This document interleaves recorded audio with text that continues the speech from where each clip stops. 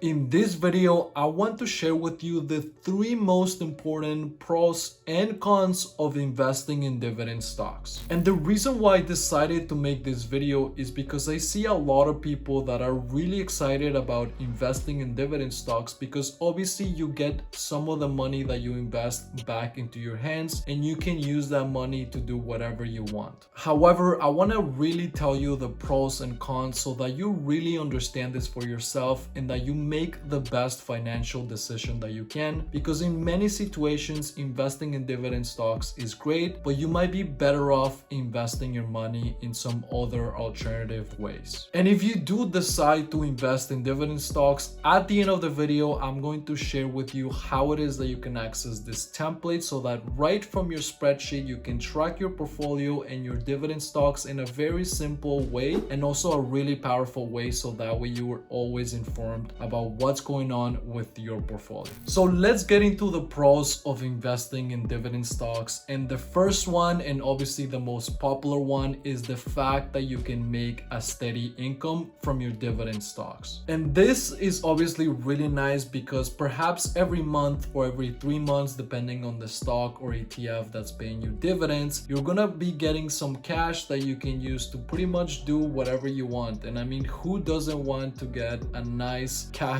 paycheck in a way without really having to work for it? Now, the downside, of course, is that the company has to pay the dividends to the investors, which means that it can't really use that money to be able to reinvest in the business for more growth. But this is something that we're gonna be talking about more later in the cons section of the video. The next pro is the fact that investing in dividend stocks allows you to have reinvestment opportunities. Now, what I mean by this is the fact that you can take your dividend payments that you get every so often, and instead of spending it on one particular thing, perhaps a new phone, some new clothes, etc., you can choose instead to reinvest that money into the same dividend stock or ETF that you invested in, and that way that's going to allow you to accumulate more shares, which in turn is going to allow you to accumulate more income and dividends from that particular stock and generate growth that you can see over time in terms of your portfolio. So this is really powerful because it really takes advantage of the power of compounding, and this is something that I highly recommend that you do, especially if you're young and you don't have to use that income,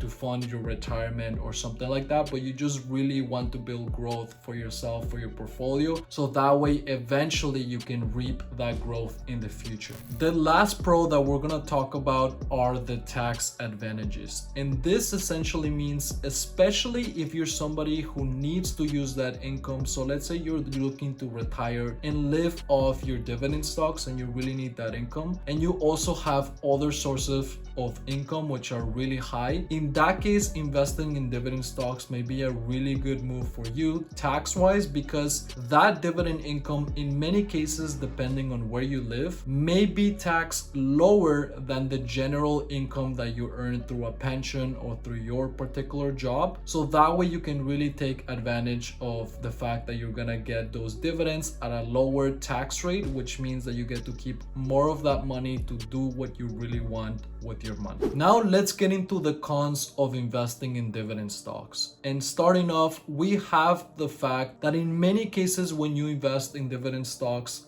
those stocks tend to have lower growth. And what I mean in terms of the growth is that the price of the stock tends to appreciate at a lower price than other stocks that are kind of considered more growth stocks, where you see higher jumps in the stock price. So if you're a young person and you don't really need the dividend income, in many cases you're probably better off investing more into growth stocks. And the reason why is because those are gonna grow faster, so that way you take advantage of compounding over time and you can have much higher growth in your portfolio. The other con again has to do with taxes, but this is a little bit different. So just so you understand, when a company pays a dividend, that dividend comes from the company's profits. So a company generates revenue revenue, it has its expenses, and at the end, it makes a profit. Before that profit, there's obviously tax that the company has to pay off. So that profit already has tax built into it. And now when you receive the dividend payments, you have to pay tax again on the dividends that you received. Whereas in many cases, if you're able to invest in a good stock that's gonna grow over time, those profits of the company, which are already taxed, can be reinvested, where essentially there's no tax on that reinvestment. And then that growth you can have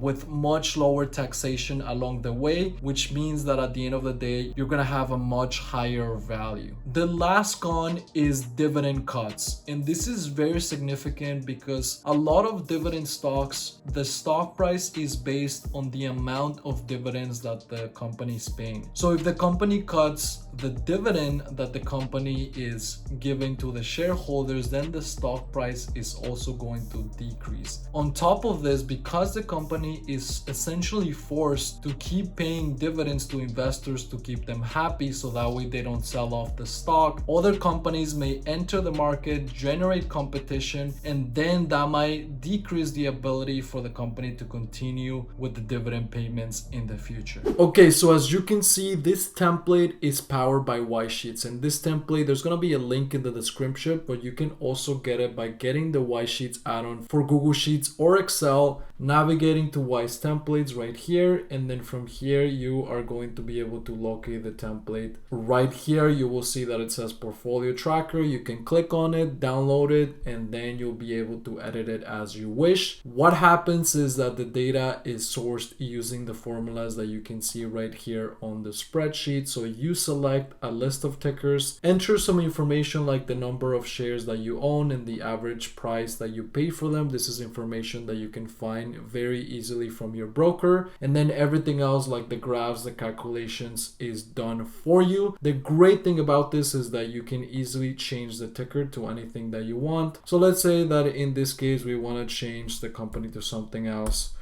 like even an international stock.